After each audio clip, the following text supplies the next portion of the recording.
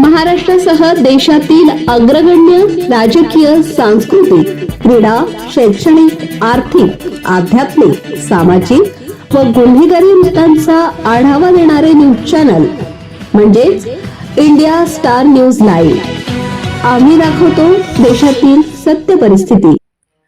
नवी मुंबई महानगरपालिका रणधुमाळी, सांडपाडा प्रभाग क्रमांक 19 ब मध्ये ऐतिहासिक लढत।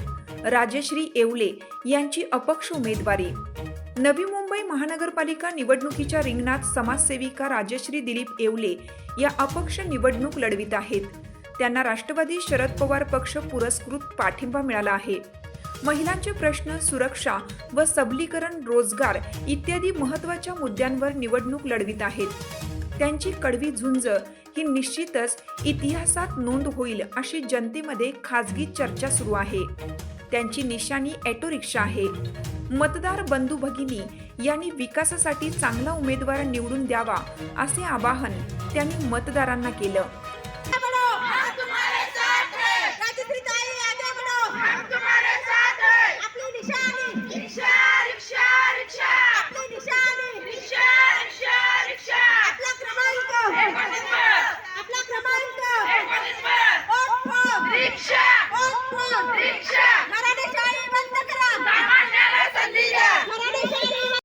नमस्कार इंडिया, आज आलेलो आहे आपण प्रभाग क्रमांक 19 व या ठिकाणी सांडपाडा येथील महानगरपालिका नवी मुंबईच्या अतिशय चुरशीच्या लढतीमध्ये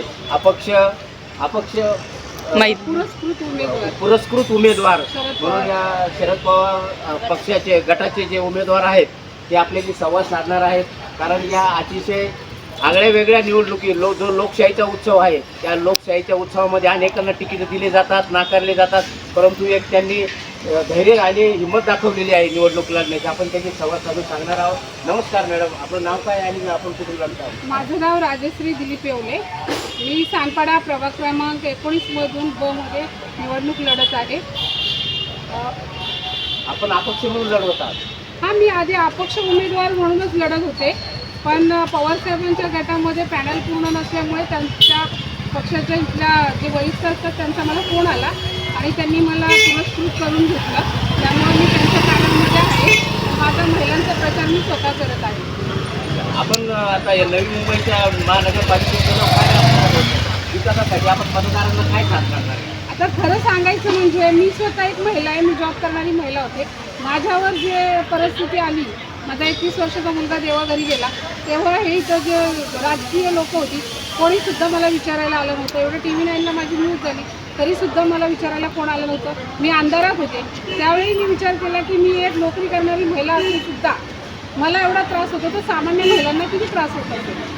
तेव्हा मी विचार केला की स्वतः घरात मरण्यापेक्षा महिलांसाठी उभं राहिलेलं आपण अतिशय उत्तम आहे। म्हणूनसाठी मी महिलांसाठी छोटंसं ऑफिस ओपन केलं आणि सावली महिला कामगार संघटना काढली।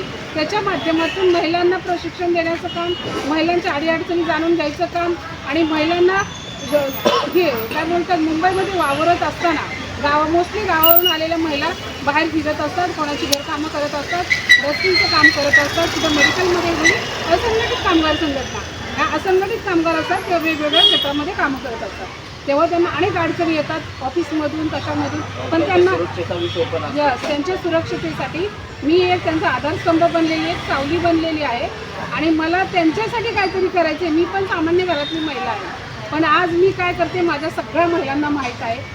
पण इथं राजकारण जे चाललेलं आहे खूप घाणेरडं चाललेलं आहे आणि त्यामध्ये सामान्य माणसाला कोणीसुद्धा ऐकून घेत नाही। राजकारणातल्या घराणेशाहीबद्दल आपलं काय म्हणणं? एकदम खतरनाक, एकदम माझा म्हणजे त्याच्याबद्दल माझं जे हे आहे ना, म्हणतात ना आपला अनुभव खरोखर आहे। कुणीसुद्धा असं वाटतं समाजामध्ये ही अपेक्षा ठेवू नये की मी समाजकार्यात उतरावं। माझ्या मुलगा गेला, त्या घरामध्ये मला त्याच्या आठवणी येत होत्या आणि मी डिस्टर्ब होत होते सारखी, म्हणून मी तो रूम विकला आणि कोरोना चालू झाला। मी राष्ट्रवादी नवी मुंबई महिला जिल्हा उपाध्यक्ष या पदावर काम करत होते आणि लोकांना खूप त्रास होत होता दूध, अंडी किंवा भाजीपाल्यासाठी, म्हणून ते बोलायला एवढं नवी मुंबई महिला उपाध्यक्ष पदावर आहात तर मी ते जे रूम विकलेले 80 लाख त्या समस्येत घातले। मी भाड्याच्या खोलीत राहते तरीसुद्धा ह्या राजकारण्यांचं मत आहे अजून 1 करोड आणून निवडणूक लढवावी। मी काय करू शकते? मी आता 8 वर्ष इतकं काम केलेलं आहे हजार निष्ठावंतांच्या बाबतीत प्रत्येक पक्षाने विचार केला पाहिजे. या निष्ठावंतांच्या पाठीमागे अजिबात कुठला पक्ष नाही. आणि आता जेवढे नॅशनल पक्ष आहेत त्यांना मी सांगते, खरंच नागरिक जागरूक असतील तर एका पण नॅशनल पक्षाला तुम्ही वोटिंग करू नका. सामान्य अपक्ष आहेत ना त्यांनाच वोटिंग करा आणि सामान्याला संधी द्या. घराणेशाही बंद करा.